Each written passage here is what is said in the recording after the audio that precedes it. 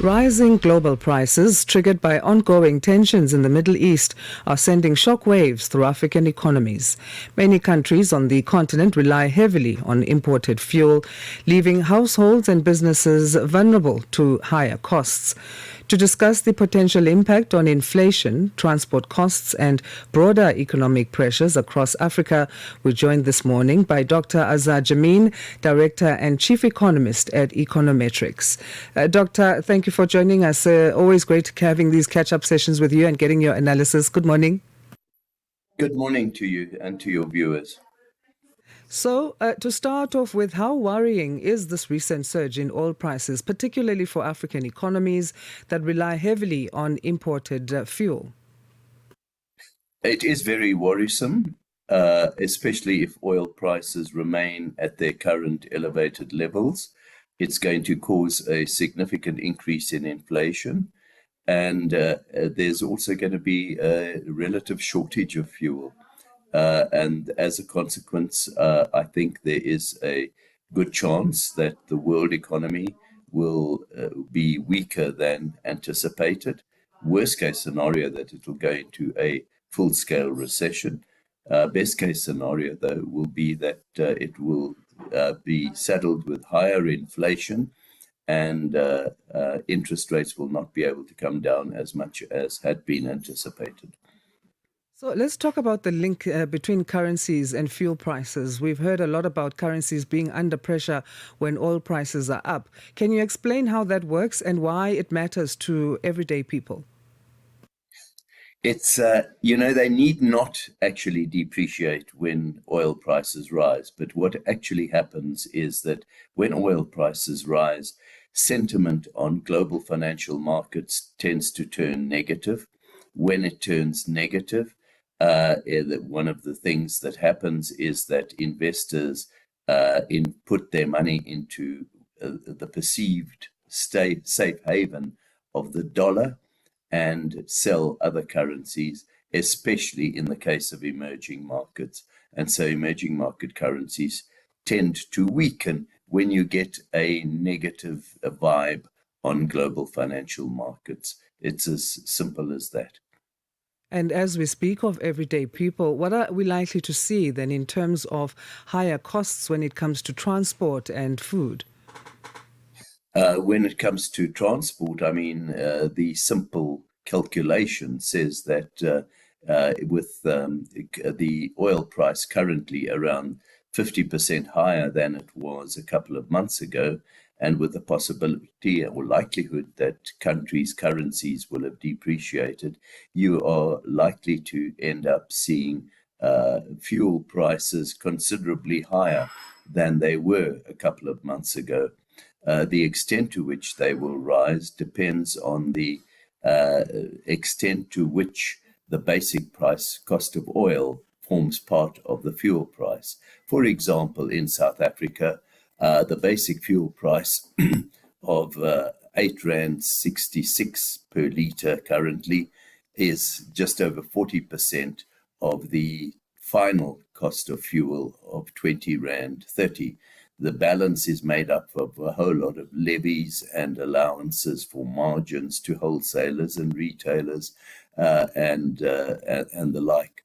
So what happens is if the basic fuel price in this case has gone up by 50 or 60%, it means the price of fuel will rise by around 20%. And that in turn translates into an increase in inflation of up to about 0.5% or so. So as you talk of South Africa, then, will that be the impact on the economy, inflation, and also what will the impact be on households here? Certainly it will be an increase in inflation. And remember, out of the blue, you're now seeing an increase in your cost of living of that order of magnitude, which means that you will have that much less available to spend on everything else. If you spend 0.5% more of what you've got on fuel, you'll have 0.5% less to spend on everything else. And that obviously is a dampener on economic activity. Some African countries actually produce crude oil, but they still rely on imported or imported refined fuel. So, how does that mix affect whether higher global prices are a help or a headache to them? That's a curious and interesting conundrum that they face. Clearly, they will benefit from the sale of their crude internally and through exports, but will be paying proportionately that much more to import the refined fuel. On balance, they will end up having to pay more money out than they are receiving. But they are at least fortunate because they're receiving a partial benefit from the escalation in fuel prices. In other countries which are totally dependent on imports for all their oil, whether it be refined or raw, you are likely to see significantly bigger inflationary effects than in the kind of case that you've highlighted. So, where are we standing then in this new week in terms of oil prices, as from maybe if we make a comparison from last week? I know we made a comparison from last month of a rise in 50%. If I can just briefly give you the numbers, at the beginning of the year, the Brent price of crude oil was just over $60 a barrel. Just before the Iranian war broke out, it had risen to $72 a barrel, in large measure because people had started discounting the possibility of a war and a shortage of oil, and it is now at $94 a barrel. So if you compare the current price to what it was just before the war began, it's up around 30%. If you compare the current price to where the oil price was at the beginning of the year, it's up 50, 60% or so. So let's look ahead now, Doctor. Do these developments make a stronger case for African countries to invest more in local energy or local renewable resources? Well, what it does make a case for is, even if they don't have the oil under the ground themselves, is to try and develop refining capability domestically.